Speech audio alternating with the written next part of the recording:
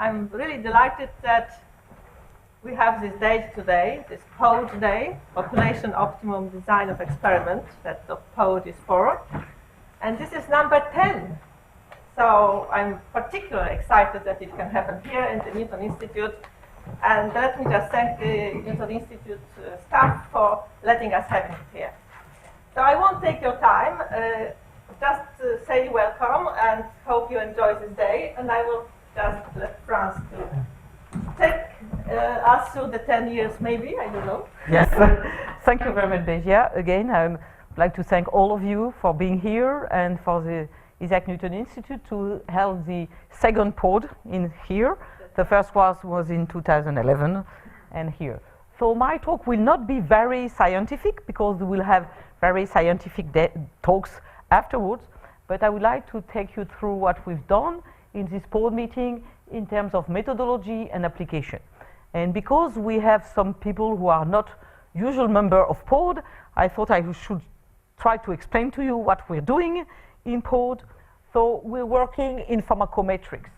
Pharmacometrics is called to be the science of quantitative clinical pharmacology, where we try to use all the longitudinal data generated during clinical trials to inform or perform better drug development, which is called model-based drug development or model-informed drug development. And of course, as pharmacometricians, we're interested in extracting knowledge, but also helping designing next experiments. And that's what we're here for. So what is clinical pharmacology? It used to be pharmacokinetics, relationship between dose and concentration, and pharmacodynamics, relation between concentration and effect. And we started by studying short-term effect. But nowadays, more and more, we're analyzing long-term effect and discrete events and time to event, etc. And we're using PK models, PD models, but also disease models, which are the models of the evolution of the disease without treatment and with treatment. As you might know, the main statistical tools that we need to analyze this kind of PK-PD data are nonlinear mixed effect models.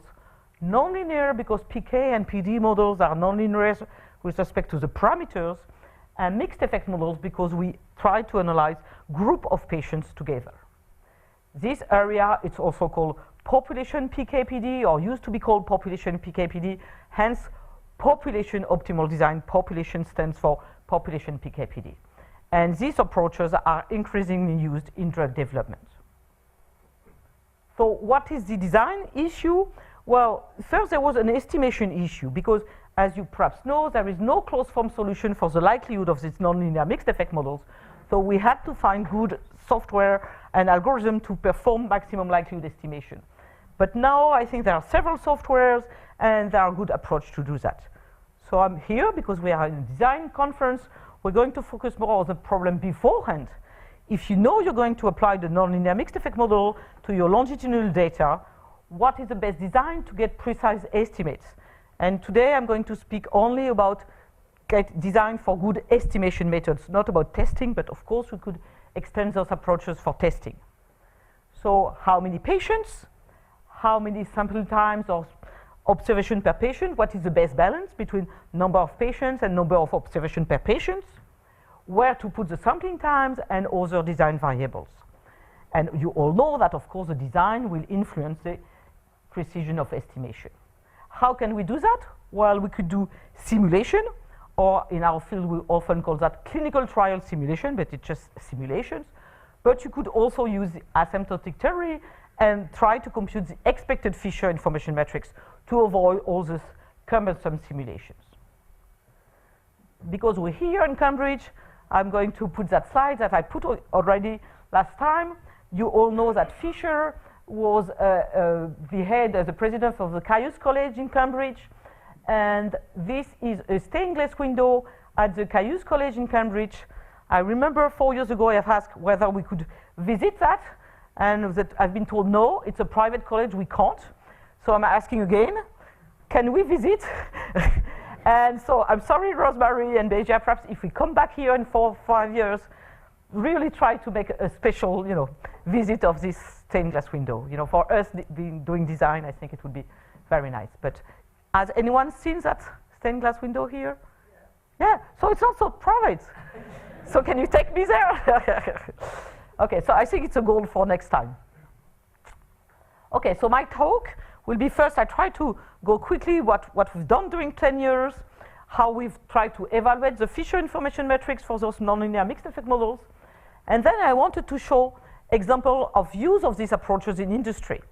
And the way I decided to do is to look at the program who are here from industry, and we have people from Novartis, from Servier, and from AstraZeneca.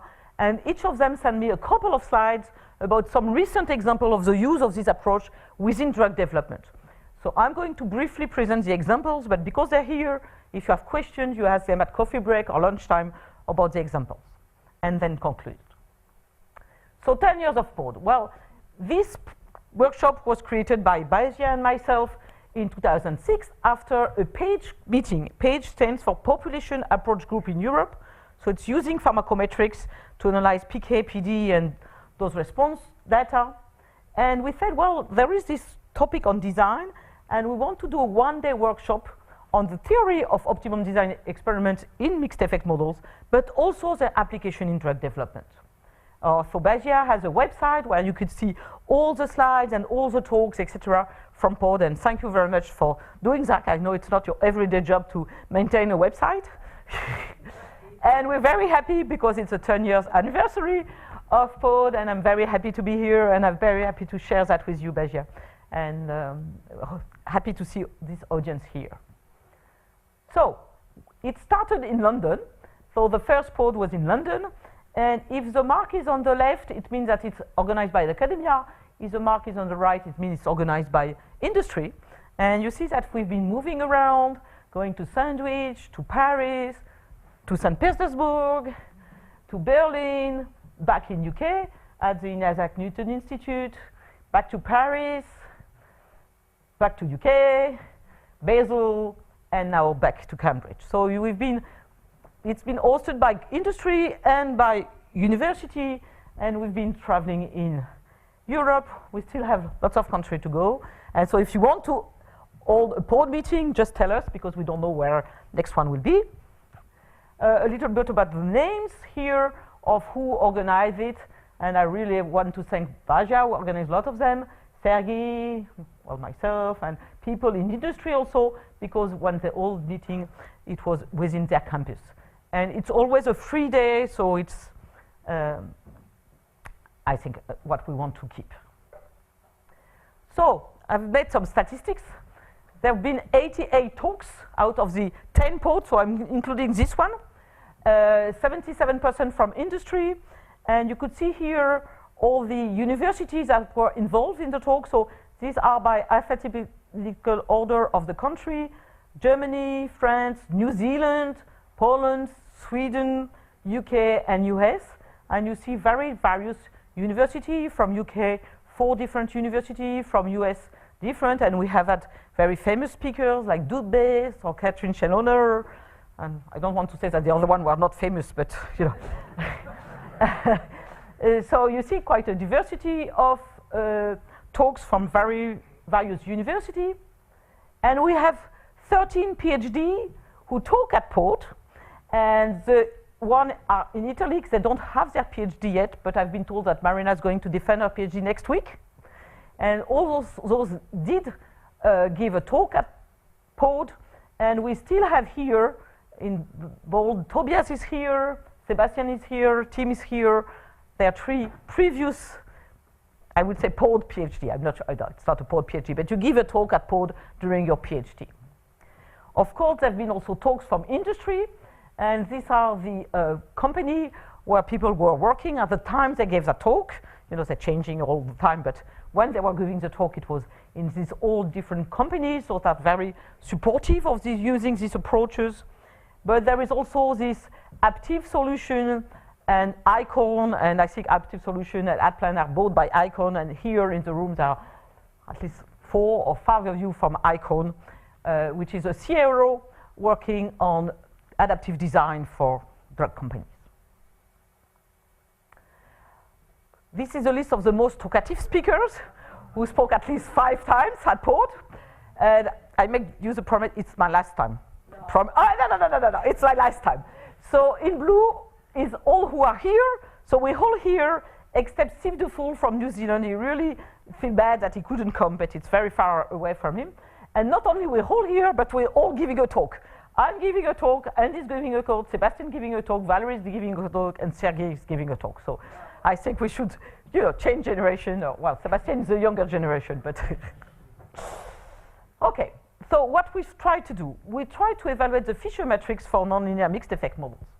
The first approach was to use linearization. So try to make a linearization around the random effects so that we go to a linear mixed effect models. And because for linear mixed effect models, we know how to compute the Fisher information matrix. So we've been working a lot about how to do this first order approximation, whether you should do a reduced matrix or a full matrix. And for instance, if this is a Fisher matrix, A for the block for the fixed effects, B for the variance components, in the reduced matrix, you assume a block diagonal matrix, you assume off elements are 0, whereas in the full matrix, you do have off diagonal element, and in here also, you have an additional term where you take into account the fact that the variance components depends on the fixed effects. So we have a bit arguments and discussion about this is good, and there are all the way also to do the first order approximation, and this was, I don't know, what we've been doing during POD for a long time. Also, what's important is that there are several softwares, and here are the name of the software that were developed, who implemented this first order approximation of the FIM for nonlinear mixed effect model so that people could use them in industry or in academia. And you could see here that the software developer was PFIM. There was PFIM developed in my group, PKSTEM developed by Sergey, PopDays developed by Kay from Manchester University, PopEd developed by Andy Hooker, who is here, and Pop developed by Steve the Fool, who couldn't come in. And they're in R or in MATLAB. And so one of the work we decided to do at POD was to do a comparison of all this software and a comparison of the different linearization approach. And at POD 7, I presented a comparison of the software, what they can do, what they cannot do, optimization algorithm, numerical implementation, ODE solver, etc., and a data at POD 11. And we also tried to compare the approximation across the softwares and across the different methods. And we discussed that at POD 9 and 10, first to find a very simple example, and then at POD 12 for a much more complex example, which is both PK and PD, and two responses, we just measure PK and PD, and an ODE model. And so the objective of this comparison was to compare the standard error predicted by the Fisher information matrix across the different software, across the different approximation for the simple PK model of warfarin and for a more complex model. And the gold standard was the standard error obtained by simulation or clinical trial simulation. I'm not going to show all the results because I already presented the results, but here is a PK example where here we have the PK of warfarin. This is our model with 3 parameters, Ka, V, and clearance. This is a typical simulated data set, several patients, concentration getting up and down, and I'm going to show you the results about Ka. And so here are the relative standard errors. So top bar is 14% for the fixed effect. The yellow one, let's look at this one, are the observed or the Fisher matrix or the RSC obtained by clinical trial simulation. And these are the predicted standard error with 4 different software using the reduced FIM and using the full FIM and using other approximations. So it seems that the crudest way was the best way. This is for the simple example.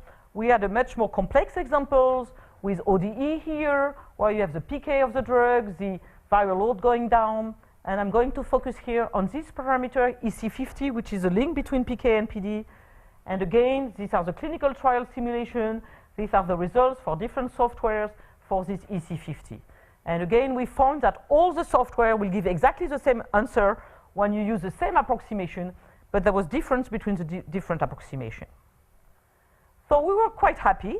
We find that we could, on those 2 examples and other examples we've been working, predict the standard errors with this first order approximation using the block matrix.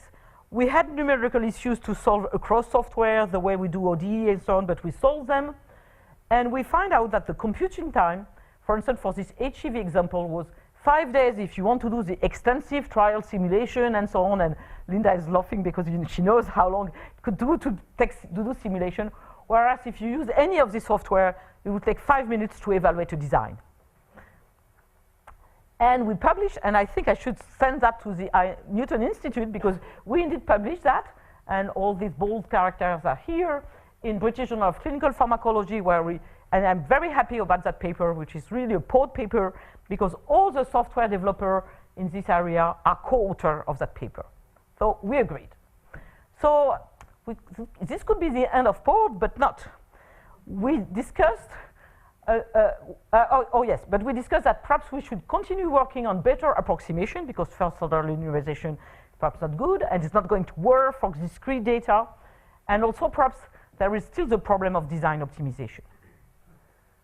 But very recently, in my group, we worked on another model, which is a dose-response model. So here we assume that each patient can have several doses and several response. And this is a standard, let's say, quite standard Emax model, where you have the baseline effect, the Emax, the dose, and the ED50. And it's a sigmoid model. And this is one of the data sets where this model seems more linear than a PK model. But when we apply those approaches, so here we didn't do all the software. We did PFIM in my group and POPED in Andy's group. And here the clinical trial simulation are in purple. So for the fixed effect, these are the 4 fixed effects, we see more or less an agreement between the predicted standard errors and the observed standard errors. But if you go to variance components, which are here, so here it's more complex because we have 4 random effects, we have covariance between the random effects, 2 residual error. So you see the purple are here, they're quite reasonable. That's what you get by clinical trial simulation. But if you use the first order approximation, for instance, whatever the software, they're very wrong about this standard error, PFIM is wrong about this one, and POPED is wrong about this one. Well, you see discrepancy. So here, we have an issue. Whether it's only numerical issues, the way we implemented the linearization with this problem, or whether we should avoid linearization, and so we still have to work. Okay, I move to the last part of my talk, which is recent examples from industry. Again, I've asked all the participants from industry to send me example, and I got a response for these 3, and I'm going to present them by order I received the slides. I'm using so first Novartis and Servier, and then AstraZeneca. And there are people from Novartis in the room. Can you raise your hand? Okay. He's here. I'm sorry. People from Servier in the room? Yes. And people from AstraZeneca in the room here. So you can ask them for more detail. But before going to this example, I wanted to tell you something about DD-Moore. Because we talked yesterday about IDEAL, which is an FP7 grant on design. And DD-Moore is also an FP7 grant, but it's from the IMI, which is the Innovative Medicine Initiative. That was, it's a 5-year grant, 2017. No, no, it's not a good date. Okay, it's called Drug Disease Model Resources. And what we want to do, and first, it's a group where there are people from European Federation of Pharmaceutical Company, and you see here all those companies I already talked about, Novartis, Pfizer, Servier, GSK, Roche, etc., etc. Academia, where there is my university and Uppsala University, and some SMEs. And the other goal of DD-Moore is really to develop a library of modeling framework, a platform that you could integrate the models and the different software to do estimation, etc., especially for drug development. And we're lucky because within this modeling framework, there was a work package, especially on model-based adaptive optimal design, where Andy and myself are working, and Andy is going to talk about model-based adaptive optimal design. So we can do, and we have money to pay some postdocs and PhD students to work on this design area. So we did a survey of the use of this design software in pharmacometrics.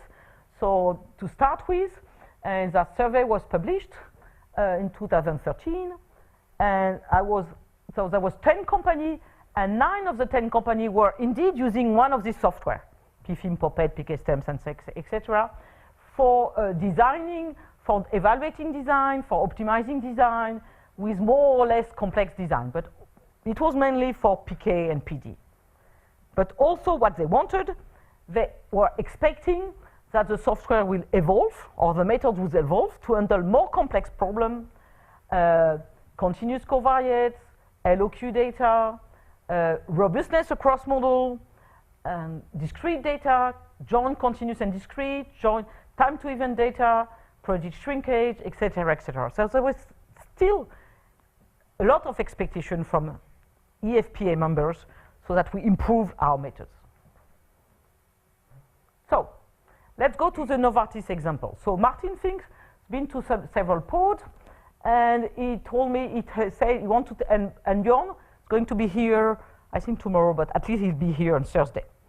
So they use these approaches at the lineage stage to quickly evaluate different design options, ranking the different logistically feasible design options, and they almost never implement the optimal design, just studying design. And it's used primarily in very early stage trials, and I'm going to show you two of the examples that they choose to present: a PK/PD modeling of dose exposure response over time, and a dose finding study. So the PK/PD example is this one. So the PK here is a 3-compartment PK model, and the effect is a turnover model, so it's ODE, where the drug is acting on the synthesis of the marker. It's a challenging measurement because this is a PD effect here, and for different doses, small and increased doses, but to make the measurement, you have to go inside the cerebrospinal fluid. So each sample is very expensive to get. And the maximum effect, for small dose, the maximum effect is early, but for higher dose, the maximal effect is late. And the predefined window was there. So they had already data from 4 cohorts, and they want to design the next 2 cohorts. And that's real example, it's not a toy example. So the options were, first, do not change the sampling windows. And second option, change the sampling windows and the dose. And here, change only the dose. And to do that, they use the Fisher information matrix in PFIM to compare different results. And this is the way they presented the results.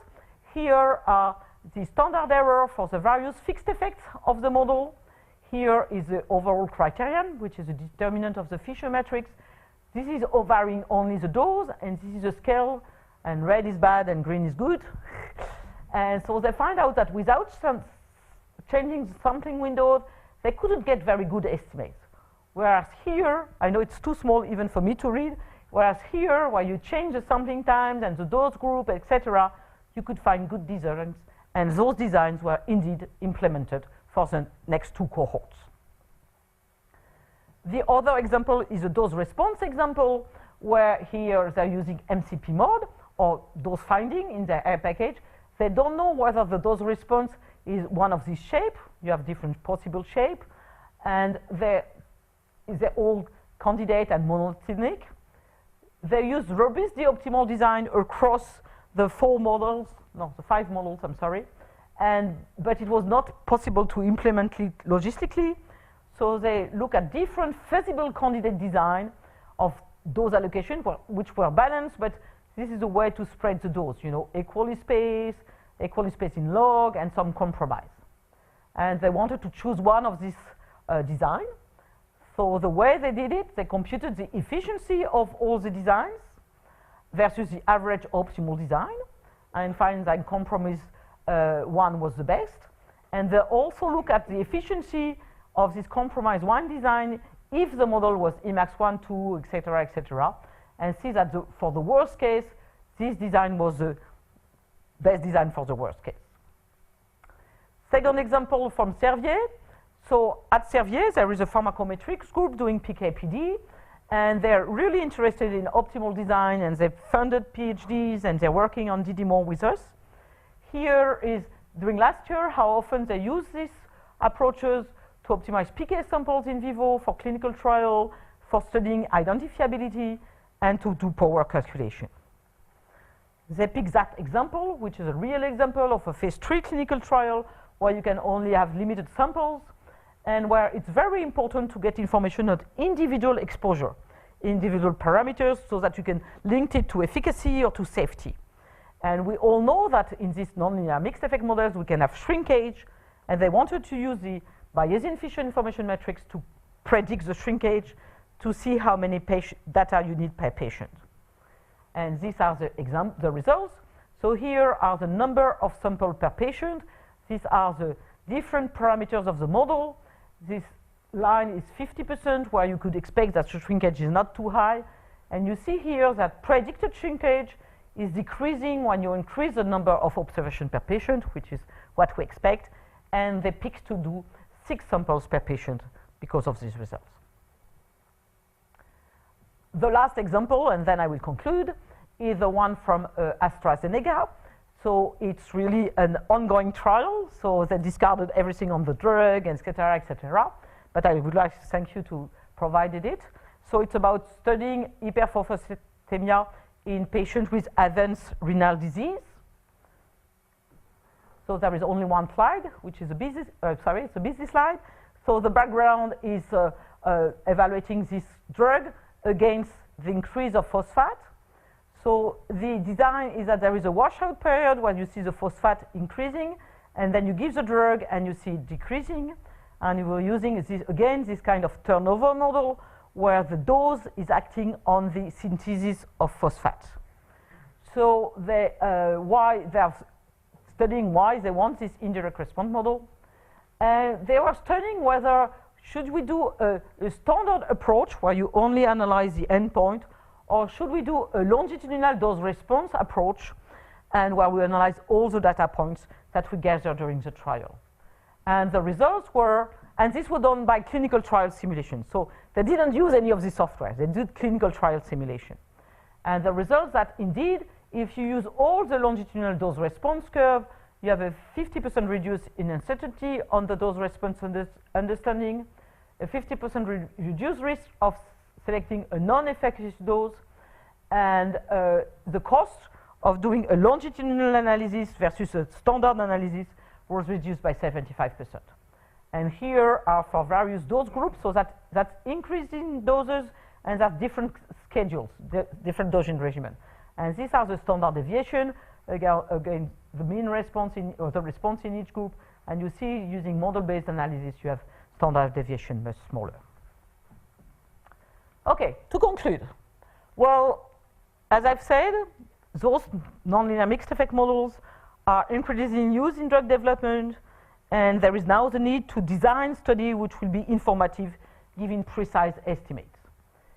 Especially when it's pair sampling, when you can't do a lot of samples, like in the cerebrospinal fluid, I think it's very difficult. The best information is needed, and because of the non-linearity, the ODE, your mind, even if you're very clever, it's very difficult to find where are the optimal points. We've tried to provide solutions, and there have been several extensions because we've been working on that for more than 10 years for designing mixed models. There are tools available to try to find a good design and especially anticipate the fatal one. We all know that using the Fisher matrix is a lower bound of the approximation, and because of nonlinearity and small sample size. So we still think that clinical trial simulation has its value to really evaluate, the final design. We have the problem of local planification because everything we do requires on a priori information on the model and on the parameters. So perhaps we should use more robust approach, adaptive design, etc. And there is indeed a lot of ongoing work for statisticians. And we will see talk on better approximation of the theme, avoiding linearization, theme for joint model, prediction of power, correction for small samples, model averaging, model-based adaptive design, and there'll be a talk about that, better optimization algorithm. So there's still work to do. There is work also to do for pharmacometrician, how to improve or increase the use of these longitudinal model-based approaches in drug development. So I think it's been 10 years, and we've been growing stronger. I think we need for 10 more years to solve all that list of problems, and I'm sure there'll be more problems. and I'd be very happy to celebrate the 20 year, and I will not talk. And so this is the program of the day, where you see here, next we have Sergei and Tobias. Now they're working my icon together. Then we have 2 postdocs of my group, and they'll do a joint talk. Then we have lunch, which is supposed to be here, a sandwich lunch. And we have a long break at lunch, so we have time to discuss. And then we have Tim, Steve, and Morino talking, coffee break, and Andy and Valerie Fedorov. Just to Valerie Fedorov, I would like to say that I'm very happy to be here, and I have a very good memory of last time, where Valerie gave a talk about shrinkage in linear mixed effect models, and I was working on shrinkage for nonlinear mixed effect model. So after the INI meeting, he sent me that. We called in a mail called Notes for Friends, where I discussed about the shrinkage and how you can predict shrinkage, and use your first order approximation. I could implement that in PFIM, and indeed we have 2 papers where we could predict shrinkage using those formula. And of course I thank Valerie Fedorov in the paper. Thank you. I'd rather put this one. So Val, I hope there was no mistake in your code. Any quick questions?